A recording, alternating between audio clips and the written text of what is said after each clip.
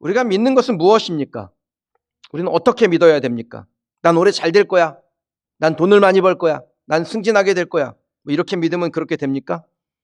세상에서는 그렇게 믿으면 그렇게 믿는 대로 된다라고 해요. 이걸 긍정의 심리학이라고 합니다. 이걸 학문적 영역이에요. 심지어는 심리학의 최대 학문적 발견이라고까지 합니다. 근데 만약에 이게 다라면 성경을 하나님께서 왜 주셨을까요? 뭐 심리학 책 읽고 마인드 컨트롤하면 되는 거 아니에요? 그러니까 그리스도인에게 믿음이란 이 심리학에서 말하는 믿음과는 차원이 다른 것입니다. 우리의 믿음은 훨씬 더 고차원적이죠. 그럼 우리의 믿음은 무엇에 대한 믿음입니까? 단지 세상에서 남들보다 좀 더 잘되고 승진하고 부를 얻고 꿈을 이루고 소원 성취하는 그런 믿음, 그 정도는 아니죠. 우리의 믿음은 이 세상을 창조하시고 놀라운 섭리로 통치하고 다스리시는 하나님과 우리를 죄에서 구원하시며 영생을 허락하신 그 아들 예수 그리스도, 그리고 지금도 영으로 하나님의 백성들과 동행하시며 인도해 주시는 성령님을 믿는 것입니다. 우리가 믿는 것은 좋은 결과를 얻게 될 것을 믿는 것이 아니라 그것을 포함하여 모든 역사를 주관하시는 예수 그리스도와 그리스도를 통하여 구속의 역사를 완성하시고 성취하시는 하나님을 믿는 것입니다. 위대하신 하나님을 경험하는 저와 여러분이 되길 축원합니다. 일단 하나님이 어떤 분인지를 경험하고 나면요, 세상의 자잘한 일 때문에 스트레스 받지 않습니다. 세상을 보는 통 큰 눈이 생기는 겁니다. 여러분 생각해 보세요. 이재용 회장의 아들이 갤럭시 핸드폰 액정 깨졌다고 고민하겠어요? 하나님의 자녀는 세상을 바라보는 눈이 다른 거예요. 우리가 하나님의 자녀가 됐다면 세상의 그 자잘한 일 때문에 고민하는 거 아닙니다. 우리의 고민은 따로 있어요. 가장 좋은 것을 본 사람은 그보다 못한 것을 보고서 감동받지 않습니다. 에베레스트 산을 직접 본 사람이 한라산 보면서 와, 높다, 위대하다, 웅장하다 이럴 수 있어요? 엄청난 것을 본 사람은 그보다 못한 것을 보고 감동받지 못합니다. 그러니까 예수님을 본 사람은, 하나님을 경험한 사람은, 성령님이 동행하는 사람은 세상에 그 어떤 것을 보여줘도 그것 때문에 감동받을 수가 없는 거예요. 이게 비교나 되겠어요? 저나 여러분이나 예수 믿고 하나님을 경험한 사람인 줄 믿습니다. 우리는 세상 그 어떤 것과도 비교할 수 없는 가장 보배로운 것을 받고 그 보배를 소유하고 있는 사람들입니다. 그러면 세상의 것들이 시시해져야 되죠. 세상에서 성공하는 것을 생의 목적으로 두는 것은 하나님을 만난 사람의 할 일이 아닙니다. 어제 장로님 한 분이 사촌 형님이 그 기재부 이사관, 그러니까 2급 공무원 정도 된대요. 그 기재부 이사관으로 승진해서 고향에 프레카드가 걸렸다고 사진을 찍어 보내시면서 제가 전도하는 중이니 목사님 기도해 주세요, 그렇게 알리셨어요. 그래서 제가 답장을 이렇게 드렸습니다. 집안의 경사를 축하드립니다. 장로님의 복음 증거가 힘을 얻게 되기를 기도하겠습니다. 그런데 혹시 문 중에 장로님이 계십니까? 저는 장로님의 그린시티 교회 시무 임직이 훨씬 위대하다고 여깁니다. 그럼 훨씬 위대한 거예요. 우리의 믿음은 세상의 성공과 비교할 수 없는 더 높고 고차원적인 겁니다. 그래서 하나님으로부터 부르심 받고 하나님께 직을 받은 사람은 세상의 직, 그 어떤 것과도 비교할 수 없는 영광과 환희와 감격을 얻게 돼요. 제가 지난 주간에 화성시장이 주는 무슨 상을 받으러 갔는데 매일 상만 주다가 누구에게 상을 처음으로 받아봐서 되게 그 자리가 어색했고, 내가 이 화성시장이 받는 상을 받으려고 내가 여기에 있는 게 이게 진짜 시간 낭비 아닌가 막 이런 생각이 드는 거예요. 그 상인을 무시하는 게 아니라 하나님으로부터 받은 상이 너무 크니까 그 하나님으로부터 받은 상을 받았던 내가 사람에게 주는 상을 받으려고 내가 여기 와 있는 게 참 내 꼴이 우습다, 나 이런 생각이 들더라고요. 그럼 그런 거 아니에요? 하나님으로부터 받은 직이 가장 소중하지 않아요? 여기에 하나님으로부터 직분 받으신 분들 계시죠? 특별히 항존직 받으신 분들 계시죠? 그럼 그 직을 소홀히 여기지 마세요. 간혹 어떤 분들이 나는 안 받으려고 그러는데 목사님이 막 받으라고 해서 받게 됐어요, 그러신 분들이 있습니다. 여러분 그거 제가 줍니까? 하나님이 준 거 아니에요? 그럼 하나님이 줬으면 그 직을 소중히 여겨야 되지 않아요? 제가 눈 동그랗게 뜨고 얘기한 거예요 지금. 그건 너무나 소중한 거예요.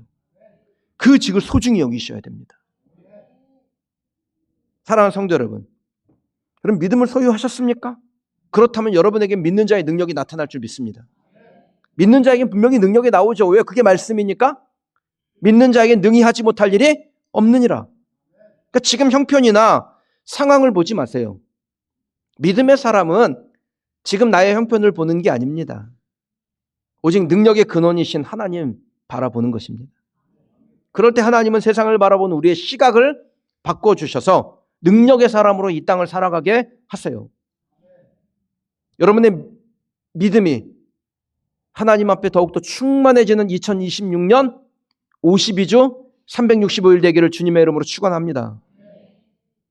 믿음은 세상을 보는 시각의 변화를 주고 인생을 능력으로 바꾸어내지요. 그럼 믿음이 우리의 삶에 어떤 변화를 만들어낼까요? 먼저는 믿음은 우리에게 더 나은 미래를 바라볼 수 있는 힘을 갖게 합니다. 8절 말씀을 볼까요?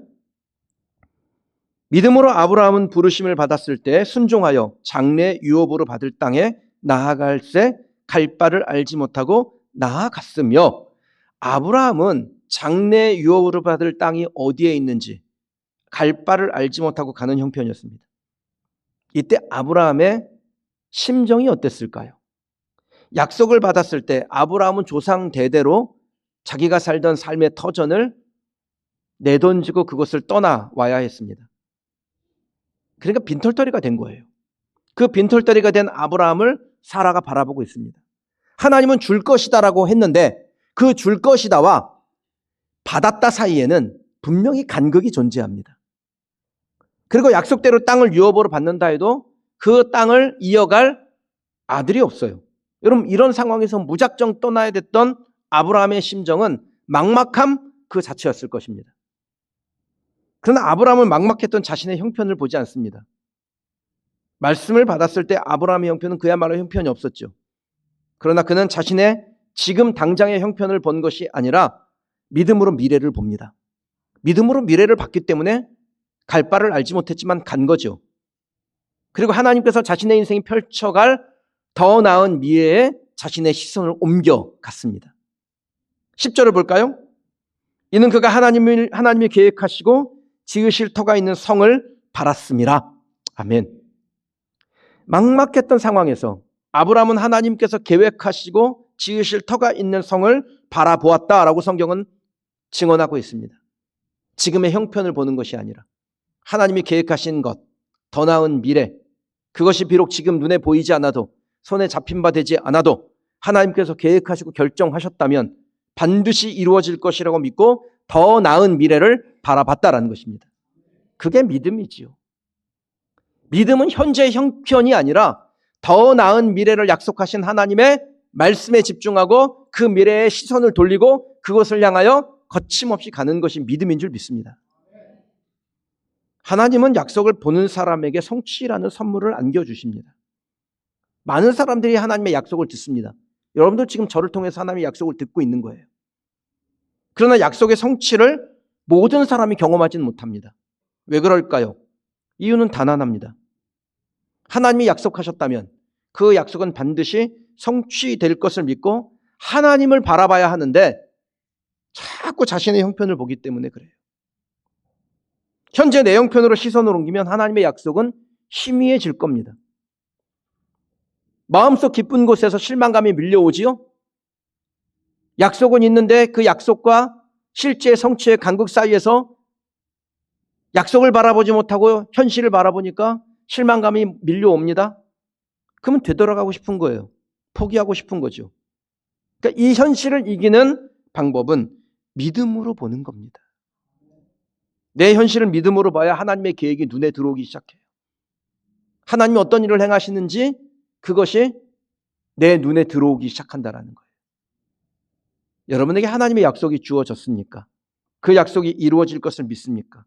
그렇다면, 여러분이 그것을 믿는다면 약속은 반드시 능력이 되고 성취가 되고 하나님께서 어떤 일을 하셨는지를 여러분에게 확인시키고 증명하실 것입니다.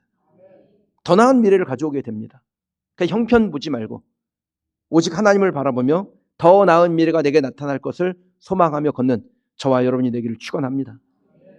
제가 여러분에게 요구하는 것은 그렇게 될 거야, 그렇게 돼야 돼. 마인드 컨트롤 하라는 것이 아니잖아요. 일을 행하시고 그 일을 지어 성취하시는 하나님을 생각해 보라는 거예요. 하나님께 시선을 옮겨가라는 겁니다. 그럼 여러분에게 믿음이 생길 것이고 그 믿음은 더 나은 미래를 여러분에게 선물로 안겨줄 겁니다. 아브라함은 막막한 현실이었지만 하나님을 향한 믿음을 가졌습니다. 그렇게 믿음을 가지자 아브라함은 자신의 형편을 바라보지 않게 됩니다. 어딘가에 예비해 놓으신 하나님의 약속에 대한 기대감으로 충만하게 됩니다. 지금보다 더 나은 미래를 바라보게 된 것입니다. 믿음의 능력이란 게 뭐예요? 믿음의 능력은 다른 게 아닙니다. 믿음으로 인해서 우리가 얻게 될 그 능력은 더 나은 미래를 소망하고 바라는 중에 실제를 얻는 거죠. 그리고 최종적으로는 우리 하나님께서 우리에게 허락하신 그 영원한 천국에 대한 소망으로 우리의 삶의 모든 영역이 하나님의 풍성함으로 넘치게 되는 것입니다. 여러분 형편이 어떤지 저는 모르죠. 제가 알아도 일부만 알겠죠. 하지만 분명히 아는 것은 하나님께서 여러분과 함께 하시고 여러분이 믿음을 소유한 순간부터 여러분은 이전과는 다른 삶을 살게 된다는 것입니다. 믿음의 소유자가 되면 현재 형편에 눈길을 주지 않게 되죠. 하나님께서 예비해 두신 천국의 시선을 둡니다. 그리고 이 땅을 살아가면서도 그 천국의 사람으로 살아가게 되고 그 천국의 사람이 누리는 그 풍성함을 하나님께서 충만하게 하심을 다 누리며 살아가게 됩니다. 우리가 신앙생활하는 것 그것을 위해서 사는 거예요. 영원한 천국을 우리가 얻지만 이 땅을 살아가면서 그 영원한 천국을 여기서도 누리며 사는 것, 그것이 하나님의 백성다움인 줄 믿습니다. 그 믿음을 가진 사람은 지금보다 더 나은 미래에 대한 소망을 가지고 나를 통해서 일하실 하나님을 기대하며 절대로 뒤돌아보지 않고 믿음의 여정을 걸어가게 됩니다. 히브리서 11장 1절 2절 믿음은 바라는 것들의 실상이요 보이지 않는 것들의 증거니 선진들이 이로써 증거를 얻었느니라. 믿음의 사람은 아무것도 없는 현실 속에서도 실제의 상을 보며 손에 잡히지 않았음에도 불구하고 마치 잡힌 것처럼 하나님 앞에 서원하고 간절히 구하는 것을 내 것으로 삼는 그 사람이 믿음의 사람이에요. 저는 저와 여러분들이 더 나은 미래를 믿음의 증거로 붙들고 가기를 축원합니다. 믿음의 사람으로 살아내십시다. 믿음의 능력을 증명해 가십시다. 26년 52주 365일 내내 나와 동행하시며 능력의 주님으로 임재하시는 우리 하나님과 함께 바랄 수 없는 중에 바라는 성도가 되기를 주님의 이름으로 축원합니다. 믿음이 우리의 삶에 어떤 변화를 만들어낼까요? 그럼 믿음은 불가능을 가능으로 바꿔요. 믿음은 여러분의 불가능을, 남들은 불가능하다고 그러죠. 그 불가능을 가능으로 바꾸어냅니다. 11절 말씀을 볼까요? 믿음으로 사라 자신도 나이가 많아 단산하였으나 잉태할 수 있는 힘을 얻었으니 이는 약속하신 이를 미쁘신 줄, 신실하신 하나님이신 줄 알았음이라. 아멘. 여러분, 사라는 임신할 수 있는 몸이 아니었습니다. 창세기 18장 11절에요. 아브라함과 사라는 나이가 많아 늙었고 사라에게 여성의 생리, 경수가 끊어졌다라고 했습니다. 그러니까 생리가 멈췄다라는 것은 의학적으로 더 이상 잉태할 수 없는 몸이 됐다라는 거죠. 근데 생리가 끊어졌음에도 이 사라는 하나님께서 약속하신 믿음의 후손을 잉태합니다. 의학의 법칙을 깨트리는 거예요. 이게 어떻게 가능한가요? 11절 말씀이 답이에요. 믿음으로 사라 자신도 나이가 많아 단산하였으나 잉태할 수 있는 힘을 얻었으니 이는 약속하신 이를 어떻게 생각하는 겁니까? 미쁘신 줄, 신실하신 하나님이라고 믿은 거예요. 하나님은 신실하시니까 내 형편과 상황은 불가능인데 하나님은 신실하심을 내게 드러내셔서 그 신실하심을 증명해 내시리라. 이것이 하나님의 역사와 기적을 만들어낸 줄 믿습니다.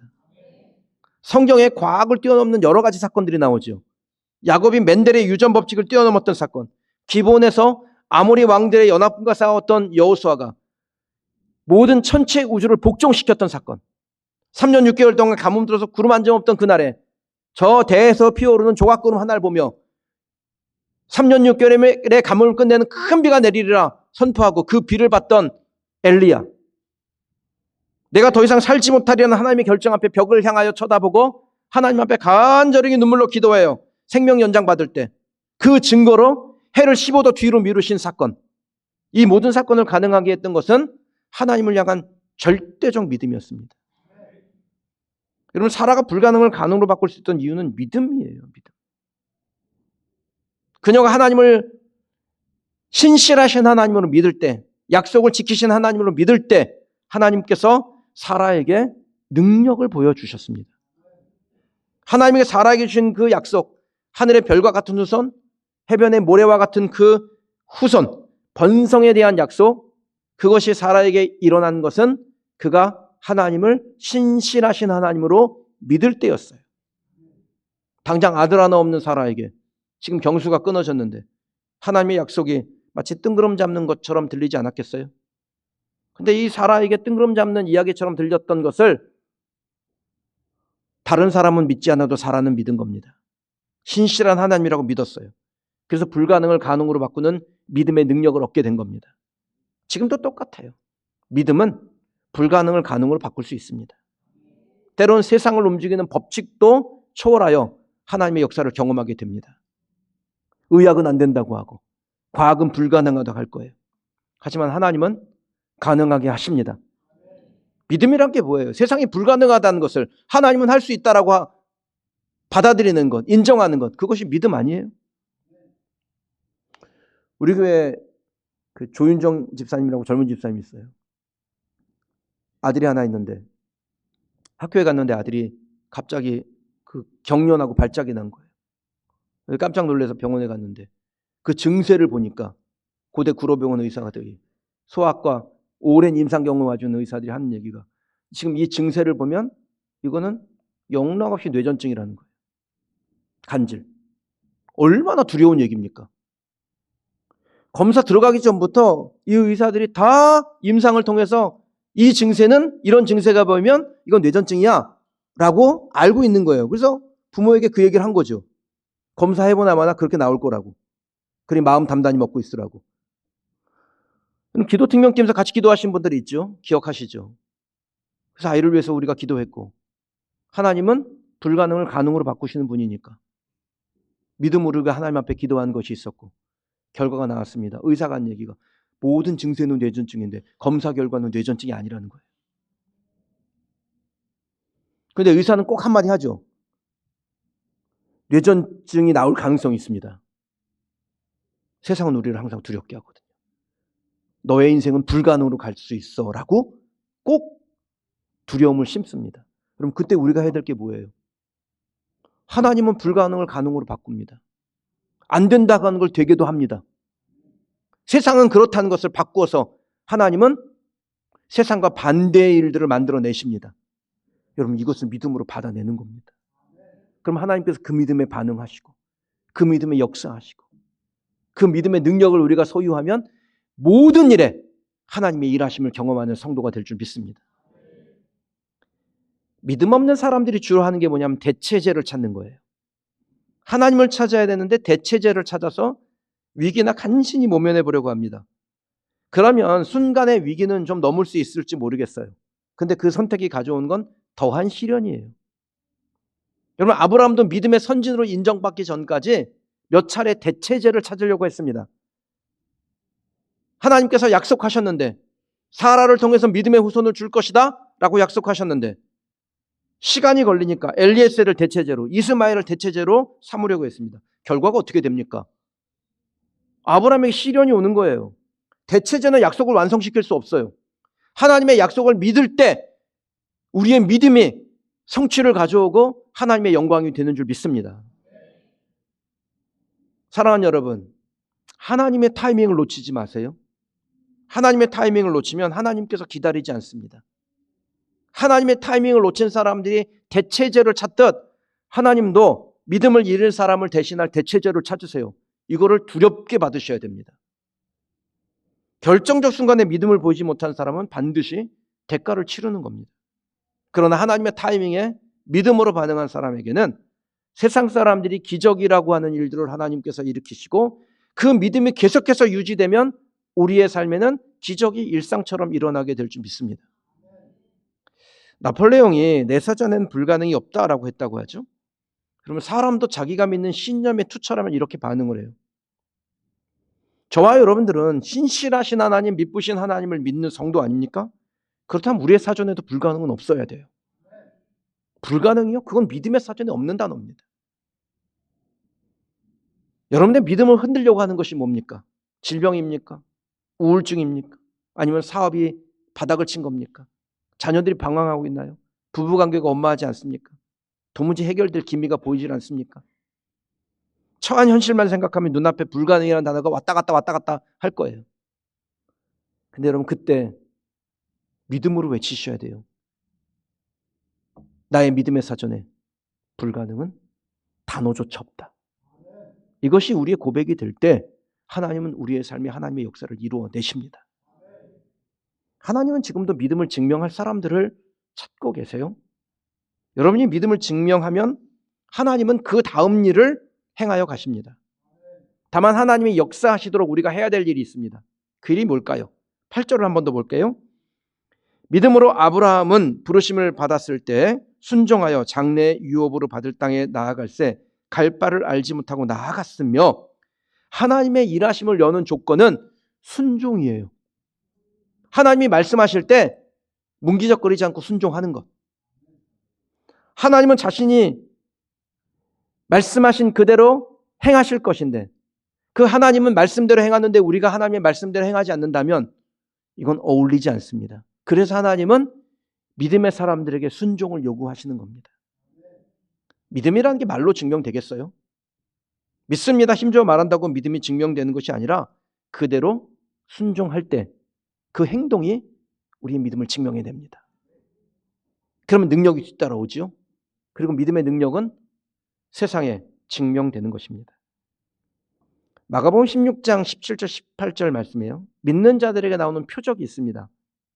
귀신을 쫓아내며 새방언을 말하며 뱀을 집어올리며 무슨 독을 마실지라도 해를 받지 아니하며 병든 자에게 손을 얹은 즉 낫게 하는 능력. 이것이 믿는 자에게 주시는 능력이에요. 여러분에게 이러한 일이 가능합니까? 갑자기 왜 쭉 줄어들었어요? 여러분에게 이런 일이 가능합니까? 아멘이죠. 왜요? 아니 하나님의 말씀에 믿는 자들에겐 이런 표적이 따르느니 너희가 귀신을 쫓아내며 새방언을 말하며 뱀을 집어올리며 무슨 독을 마실지 해를 받지 아니하며 병든 자에게 손을 얹은 즉 나으리라. 그 우리가 말씀을 믿은 말씀대로 돼야 되지 않습니까? 안 그러면 성경이 거짓말 아니에요? 근데 저는 성경을 절대적으로 믿어요. 여러분들 성경을 절대적으로 믿는 분들 아닙니까? 그렇다면 믿는 자에게 나타나는 표적이 저와 여러분에게 일어나죠. 그게 믿음의 능력입니다. 믿는 자에게는 불가능이 없기 때문입니다. 오늘 우리에게 주신 이 말씀대로 저와 여러분이 믿음의 사람이 돼서 우리에게 허락하신 2026년 52주 365일 내내 믿음의 사람으로 믿음의 결과를 보며 그 믿음의 성취를 세상 가운데 증거하고 하나님께 영광을 돌려드리는 주의 백성 되시기를 주님의 이름으로 축원합니다.